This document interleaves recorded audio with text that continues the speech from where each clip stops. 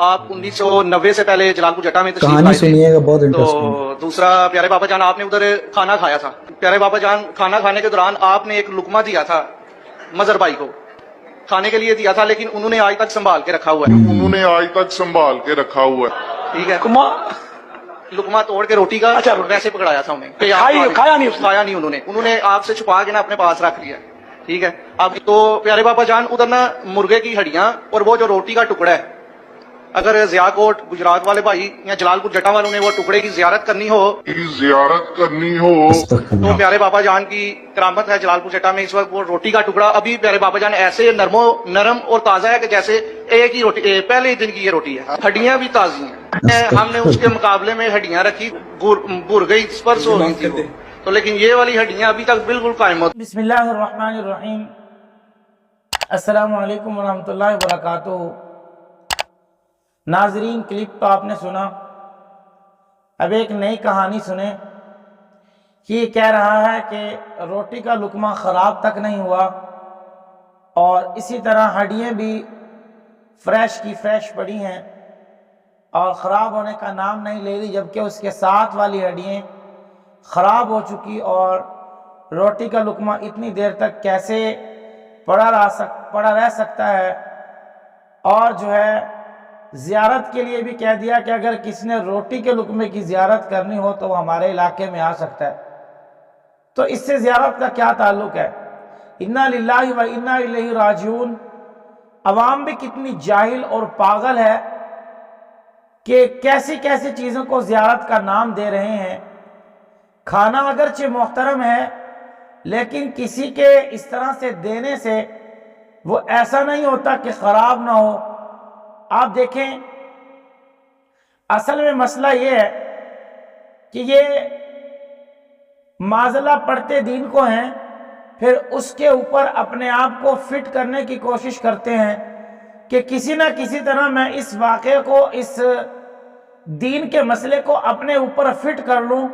اور اس طرح سے فٹ کرتے ہیں کہ لوگ، سیدھے سادے بیچارے لوگ سمجھ کر جاہل بننا شروع ہو جاتے ہیں، جبکہ حقیقت سے دور دور تک کوئی تعلق نہیں ہوتا. اور قطع نظر اس بات سے کہ یہ بالکل حقیقت نہیں ہوتی، اصل میں یہ لوگ دین کا کوئی مسئلہ پڑھ کر یا قرآن کریم کا کوئی واقعہ پڑھ کر اپنے اوپر فٹ کرنے کی کوشش کرتے ہیں. فٹ تو یہ کر نہیں سکتے کیونکہ فٹ کرنا ان کے بس کی بات بھی نہیں ہے اور یہ بچ بھی نہیں سکتے. کہیں نہ کہیں پر بابا جی کا بانڈا ضرور پھوٹ جاتا ہے، جس کی وجہ سے جتنا بچ کر نکلنے کی کوشش کریں یہ بچ کر نکل تو سکتے نہیں. بانڈا ضرور پھوٹتا ہے اور قریب کہیں نہ کہیں سے سامنے آ جاتا ہے.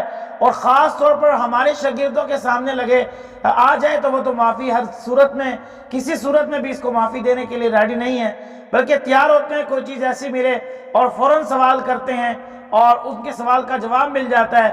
ان کا بانڈا جو ہے وہ پھوٹ جاتا ہے، حقیقت لوگوں کے سامنے ضرور آ جاتی ہے. اب اللہ کی مرضی، بلکہ اللہ کی مرضی نہیں، اب لوگوں کی مرضی، کیونکہ اللہ رب العزت کی جانب سے واضح راستہ لوگوں کے سامنے ہے کہ کس راستے پر چلنا ہے اور کس کو چھوڑ دینا ہے. اصل میں مسئلہ کیا ہے اس کو سمجھے. پہلے سیدنا عزیر نبینا علیہ السلام اللہ کے خاص پیغمبر ہیں. یہ وہی پیغمبر ہیں کہ جن کے بارے میں یہودیوں نے کہا قالت العزیر ابن اللہ، قالت العزیر ابن اللہ، کہ عزیر علیہ السلام اللہ کے بیٹے ہیں. اصل میں یہودی عزیر علیہ السلام کو اللہ کے بیٹے کیوں کہہ رہے ہیں؟ اس کے پیچھے حکمت کیا ہے، وجہ کیا ہے، ذرا آپ وہ سمجھ لیں. یہ بابا جی نے بھی، پاپا جان جی نے جس پر کہانی فٹ کی ہے، اصل میں یہ اس بات کو دیکھ کر اپنے آپ پر معاذ اللہ من ذالک فٹ کر رہے ہیں. تو عزیر علیہ السلام کو یہودی اللہ کا بیٹا کیوں کہتے ہیں، ذرا دیکھیں مسئلہ کیا ہے. مسئلہ صرف اتنا تھا، عزیر علیہ السلام ایک مرتبہ جا رہے تھے، عزیر علیہ السلام کا گدھا بھی ساتھ تھا، قرآن کریم کا واقعہ ہے، اور گدھا بھی ساتھ تھا اور عزیر علیہ السلام بھی. لیکن اچانک عزیر علیہ السلام نے آرام کرنے کے لیے گدھے کو باندھا اور درخت کی چھاؤں کے نیچے آرام کرنا شروع کر دیا. 100 سال گزر گئے، آرام کرنا شروع کیا تو اللہ نے موت کو طاری کر دیا. 100 سال گزر گئے، عزیر علیہ السلام وہیں پر جو ہے وہ پڑے ہوئے ہیں. 100 سال کے بعد اللہ رب العزت نے حضرت عزیر علیہ السلام کو زندگی دی. تو عزیر علیہ السلام سے پوچھا، ہاں بھئی کتنی دیر جو ہے وہ آپ کو موت آ گئی تھی، آپ کتنے دیر سوئے ہو؟ تو کہا قال کم لبست، قالوا لبسنا یوما او بعض یوم. ہمیں آدھا دن یا بعض دن کا کچھ حصہ، جب عصر کے ٹائم کو دیکھا تو کہا بعض حصہ، جب اپنے آپ کو دیکھا تو کہا دن، پورا دن یا آدھا دن۔ تو اس طرح کی مختلف جو ہے وہ روایتیں ہیں کہ 3 طرح کے جواب عزیر علیہ السلام نے دی، آدھا دن، پورا دن یا دن کا بعض حصہ۔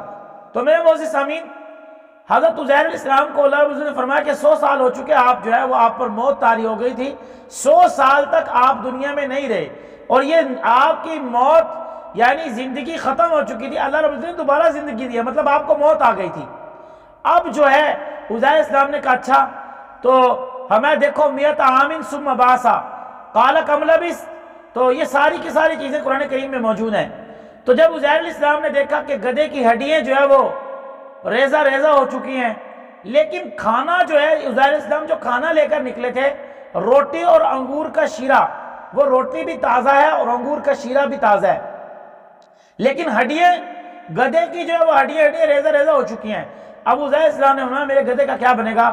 تو اللہ رب العزت نے حکم دیا اور ہڈیاں خود بخود جڑنے لگی اور جڑ گئی، اور جب کھانے کو دیکھا تو کھانا بالکل تازہ اور فریش تھا، انگور کا شیرہ بھی اور تازہ روٹی بھی۔ تو یہ عزیر علیہ السلام کا معجزہ، یہ اللہ نے چاہا تھا تو ایسے ہوا، لیکن پاپا جانی کے مریدین نہ جانے کیا سمجھ کر یہ کہانی جو ہے پاپا جانی پر فٹ کر رہے ہیں، اور ساتھ ساتھ یہ جملہ بھی کہہ رہے ہیں کہ زیارت کرنے کے لیے آ جاؤ، زیارت کرنے کے لیے آ جاؤ۔ دوسرا قصہ ایک اور بھی ہے، سیدنا یوسف علیہ السلام جب جیل میں تھے تو جیل میں لوگوں نے جو ہے یوسف علیہ السلام کے پاس لوگوں نے خواب پوچھا تھا کہ خواب کی تعبیر کیا ہوگی، تو اس وقت گندم کی قحط کے بارے میں سیدنا یوسف علیہ السلام نے بتایا تھا، اور قال الملک انی اری سبع بقرات سمان یاکلہن سبع عجاف، تو حضرت یوسف علیہ السلام نے گندم بچانے کا طریقہ بھی بتایا تھا۔ تو میرے معزز سامعین، آج یہ کیا ہو رہا ہے؟ خدا کے لیے امت کو ایسے گمراہ مت کیجئے۔ اس لیے نبی کریم صلی اللہ علیہ وسلم نے خود فرمایا تھا، جامع ترمذی کی روایت ہے اور مسلم میں بھی روایت آتی ہے، فرمایا میری قبر کو جو ہے وہ سجدہ گاہ نہ بنانا، یا میری قبر کو ایسا نہ بنانا کہ لوگ جو ہے اس پر جو ہے بدعات کے کام کریں یا برے کام کریں۔ تو میرے معزز سامعین، حضور صلی اللہ علیہ وسلم خود منع فرما رہے ہیں، لیکن آج ہمارے زندہ لوگ بھی جن کی ایک شہر میں اچھی حیثیت ہے، یہ بابا جان، لیکن بابا جان کے مرید کیا کہہ رہے ہیں آپ نے سنا۔ میرے معزز سامعین، ایسا کرنا ہرگز ٹھیک نہیں ہے۔ تو وہ چکوال والا واقعہ بھی آپ نے سنا تھا کہ ایک حلوائی نے دیگ بنائی اور نشان بن گیا، اور معذرہ انہوں نے فٹ کر دیا کہ نبی صلی اللہ علیہ وسلم یہاں پر تشریف لائے ہیں، اور ان کا پاؤں یہاں پر آ گیا، ان کا پاؤں آ گیا۔